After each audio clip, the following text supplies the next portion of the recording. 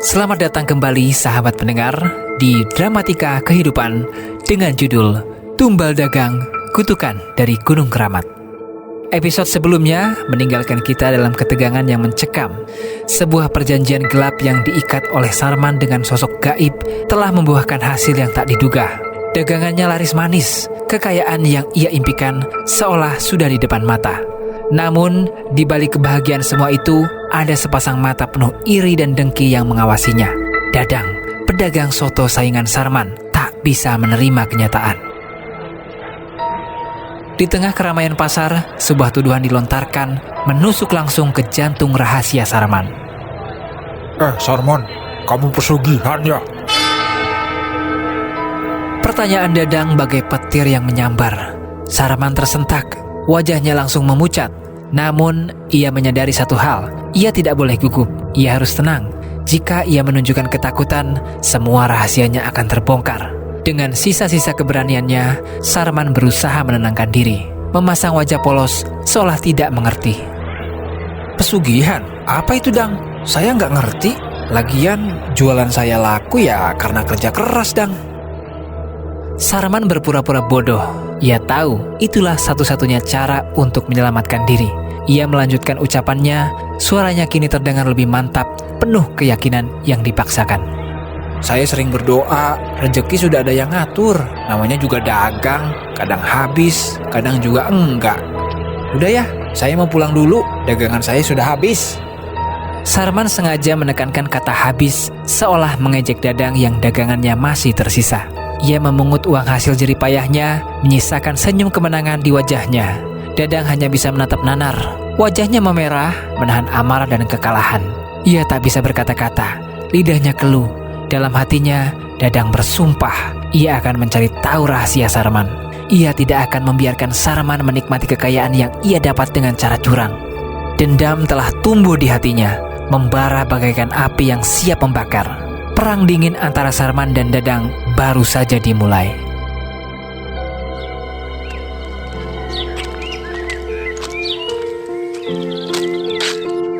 Jam menunjukkan pukul 1 siang. Sarman pulang dengan wajah yang berseri-seri, tidak seperti biasanya yang harus menunggu hingga sore atau bahkan larut malam hanya untuk menjual beberapa porsi soto.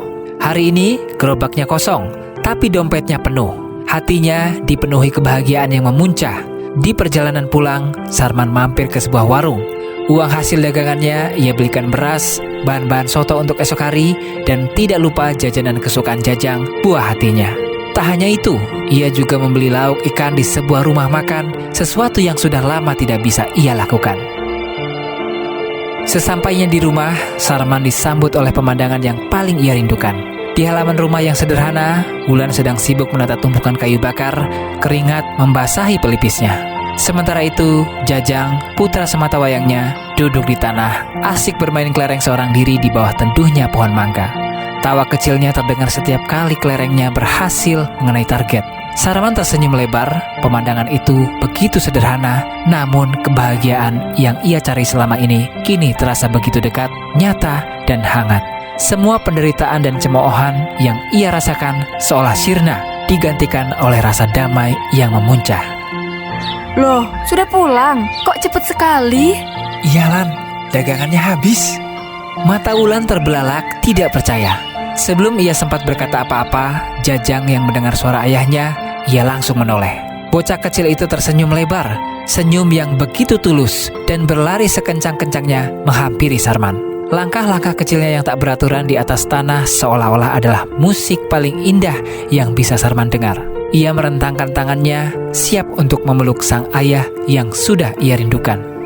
Bapak pulang! Bapak bawa jajan! Hore! Tentu saja nak, ini buat Jajang. Tadi bapak janji kan?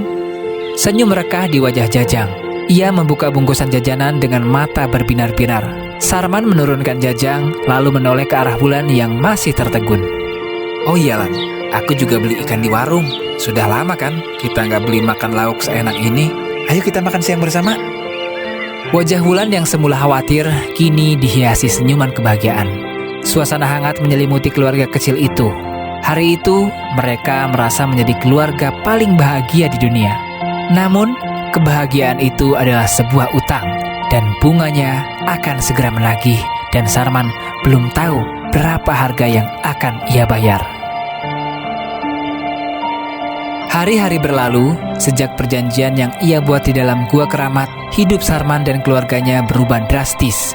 Seolah-olah sihir telah menyentuh kehidupan mereka. Setiap pagi, gerobak soto Sarman tak pernah sepi. Pembeli datang silih berganti, berdesakan, tak jarang ada yang memesan dalam jumlah besar hingga gerobak kecil itu terasa kewalahan. Sarman tidak perlu lagi menunggu hingga larut malam. Soto buatannya selalu ludes terjual sebelum tengah hari, menyisakan panci kosong yang mengepulkan asap. Uang mengalir deras di kantongnya.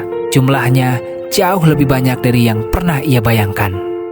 1 tahun kemudian, hidup Sarman dan keluarganya berubah drastis, jauh melampaui apa yang pernah mereka bayangkan. Setiap hari, gerobak soto Sarman tak pernah sepi. Bahkan karena pelanggannya yang terus membludak, Sarman kini tidak lagi berjualan di pinggir jalan. Ia berhasil menyewa sebuah ruko di pusat pasar. Ruko itu terletak strategis di dekat gerbang masuk, berukuran cukup besar, dan kini dicat dengan warna cerah yang mencolok. Ruko Soto Gunung Keramat, milik Sarman, bukan lagi tempat yang sederhana. Ia memiliki 2 karyawan yang membantunya meracik dan melayani pembeli. Aroma rempah-rempah yang harum dari kuah sotonya kini menjadi ciri khas yang mengundang pelanggan. Uang mengalir deras ke kantong Sarman, jumlahnya tak lagi sekedar cukup, melainkan melimpah ruah. Kehidupan di rumah pun turut berubah. Rumah mereka yang dulunya reot, kini telah direnovasi total. Dinding bambu diganti dengan tembok bata yang kokoh, atapnya diperbaharui, dan lantainya kini beralaskan keramik. Pakaian yang mereka kenakan tak lagi lusuh. Penampilan Bulan yang dulu sederhana kini terlihat seperti seorang nyonya. Gelang emas dan cincin emas melingkar di pergelangan tangan dan jari-jarinya, berkilauan setiap kali ia bergerak. Jajang pun tak pernah lagi kekurangan jajanan atau mainan. Ia bersekolah di sekolah terbaik di desa dan memiliki banyak teman. Di mata orang-orang, keluarga kecil ini adalah contoh nyata dari kerja keras dan keberuntungan.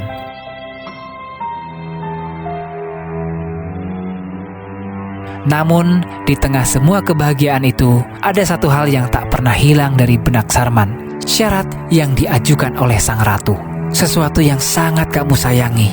Kata-kata itu terus terngiang di telinganya, bagaikan belati tajam yang siap menusuk kapan saja. Meskipun kebahagiaan telah membanjiri hidupnya, bayang-bayang janji itu tak pernah benar-benar hilang.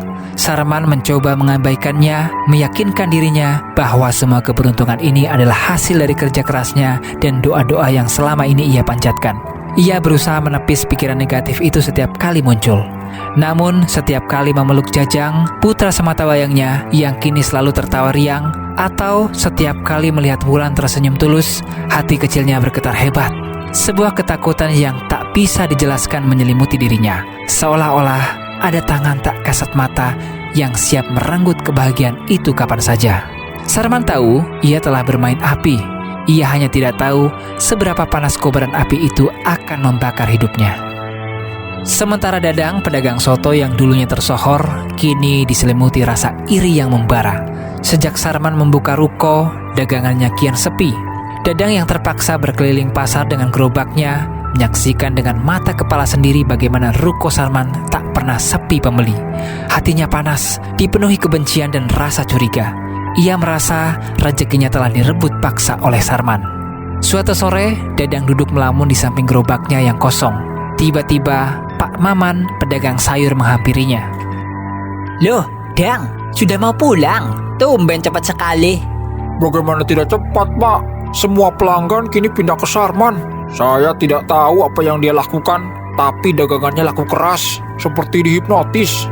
Ah, sudahlah Dang. Mungkin memang sudah rezekinya Sarman. Namanya juga rezeki kan, sudah ada yang mengatur. Dadang mendengus kesal. Ia tidak terima dengan ucapan Pak Maman yang terlalu pasrah. Dadang merasa Pak Maman tidak melihat keanehan yang begitu jelas terpampang di depan mata. Ia memajukan tubuhnya, mendekatkan wajahnya, lalu berbisih dengan nada penuh kecurigaan, seperti seorang konspirator yang membocorkan rahasia besar. Matanya memicing tajam, memancarkan api cemburu dan dendam. Tapi tidakkah aneh? Baru 1 tahun Sarman sudah punya ruko, punya karyawan, bahkan rumahnya sudah seperti istana. Apakah itu masuk akal, Pak? Pak Maman terdiam. Ia memikirkan kembali ucapan Dadang. Memang, perubahan hidup Sarman terjadi begitu cepat. Wajahnya terlihat ragu, ada secercah kecurigaan di matanya. Ya kalau dipikir-pikir sih bener juga ya. Tapi... Perkataan Pak Maman terhenti, menggantung di udara. Wajahnya yang semula pasrah, kini dipenuhi keraguan. Ia menatap Dadang, seolah-olah baru saja melihat sebuah kebenaran yang mengerikan. Ada rahasia besar yang siap terungkap, dan Dadang berhasil menanamkan benih kecurigaan di hati Pak Maman. Dadang tersenyum tipis, sebuah senyuman penuh kemenangan. Ia tahu, ia tidak lagi sendirian dalam kecurigaannya. Rencana busuknya untuk menjatuhkan Sarman baru saja dimulai. Ia akan menggunakan kecurigaan yang sama yang kini tumbuh subur di hati orang-orang sebagai senjata untuk menghancurkan Sarman dan merebut kembali semua yang menurutnya telah direnggut.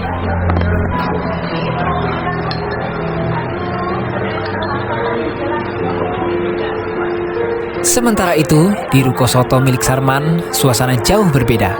Ruko itu dipenuhi pembeli. Antrian mengular hingga keluar pintu, menciptakan pemandangan yang tak pernah terpikirkan oleh Sarman setahun lalu. Beberapa pembeli sabar mengantri untuk membungkus, sementara yang lain sibuk menikmati soto panas di meja-meja yang disediakan. Tawa dan obrolan mengisi setiap sudut ruangan. Dua karyawan Sarman kewalahan melayani semua permintaan. Mereka bergerak cepat, namun jumlah pembeli seolah tak ada habisnya. Sarman dan Wulan yang baru saja datang dari rumah segera ikut turun tangan. Wulan dengan cekatan membantu membungkus soto, senyumnya tak pernah pudar. Sarman sibuk meracik, tangannya cekatan memotong daging dan meracik bumbu. Keringat membasahi pelipisnya, namun wajahnya memancarkan kebahagiaan dan kebanggaan. Ia melihat sekeliling, matanya menatap setiap sudut rukonya, setiap wajah pembeli yang puas, dan setiap tumpukan uang di kasir. Ini adalah mimpi yang menjadi nyata, sebuah balasan atas penderitaannya di masa lalu. Pak, saya duluan ya. Saya buru-buru nih. Dari tadi saya udah nunggu. Lah Pak, saya duluan kan yang datang. Saya kan pesan pertama. Tiba-tiba, suara protes dan adu argumen terdengar dari barisan antrian. Sarman segera menghampiri mereka, menengahi dengan senyum ramah. Bapak-bapak, ibu-ibu, mohon maaf. Mohon bersabar ya, semua pasti dapat giliran. Saya janji, semuanya akan terlayani dengan baik. Sarman tidak berbohong. Para pembeli memang tak sabar. Mereka rela mengantri panjang dan berdebat demi semangkuk soto Sarman. Ada yang bilang soto Sarman memiliki rasa yang unik. Ada yang bilang sotonya membuat ketagihan. Bahkan ada yang bilang setelah makan soto Sarman, rezeki mereka menjadi lancar. Seolah-olah soto Sarman bukan lagi sekedar makanan, melainkan sebuah keajaiban yang membawa keberuntungan. Itulah sebabnya tidak ada yang mau ketinggalan. Tidak ada yang rela melewatkan kesempatan untuk menikmati soto yang kini menjadi buah bibir di seantero pasar.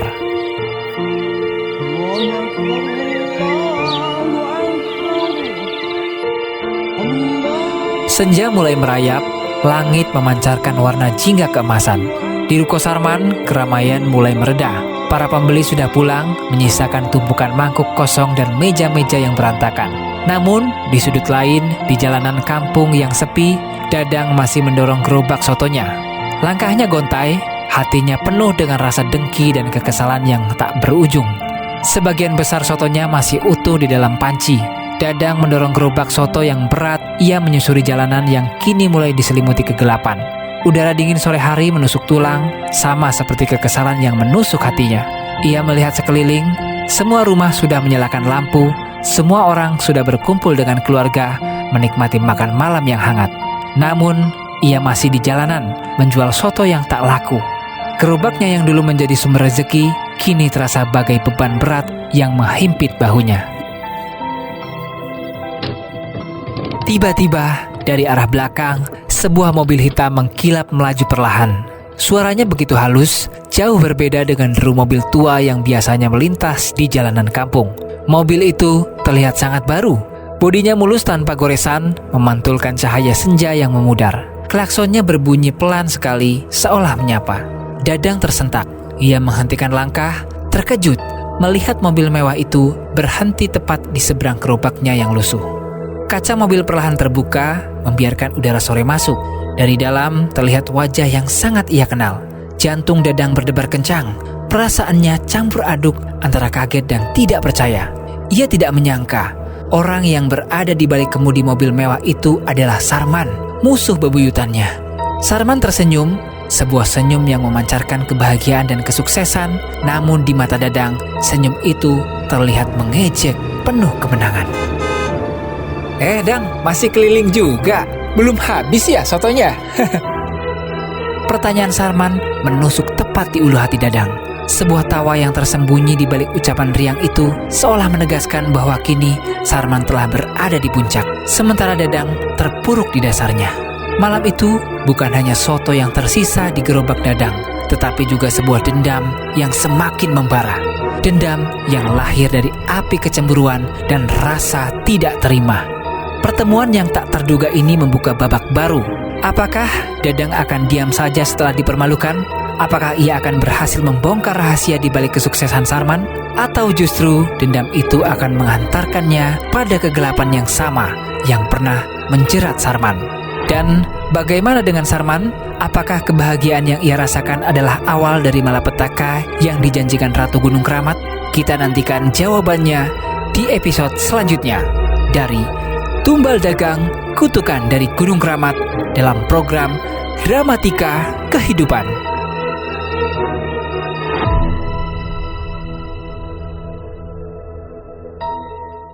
Dalam sunyi ku dengar rindu, dalam gelap ku cari arah. Langkah tertatih, hati pun rapuh, namun mimpi tak pernah menyerah. Hidup bagai alunan senja, kadang redup, kadang berwarna. Air mata jadi saksi jiwa, Tuhan ajarkan makna setia.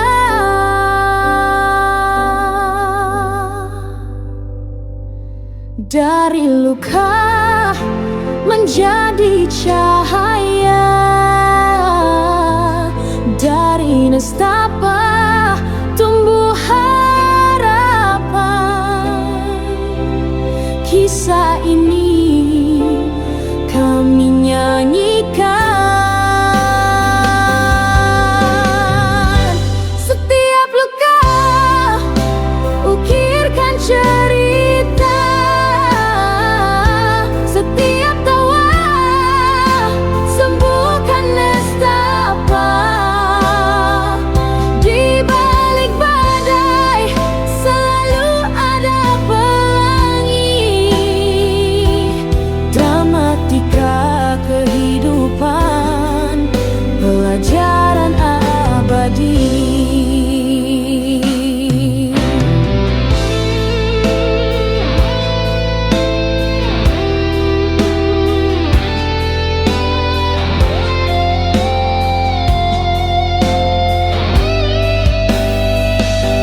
Setiap luka ukirkan cerita,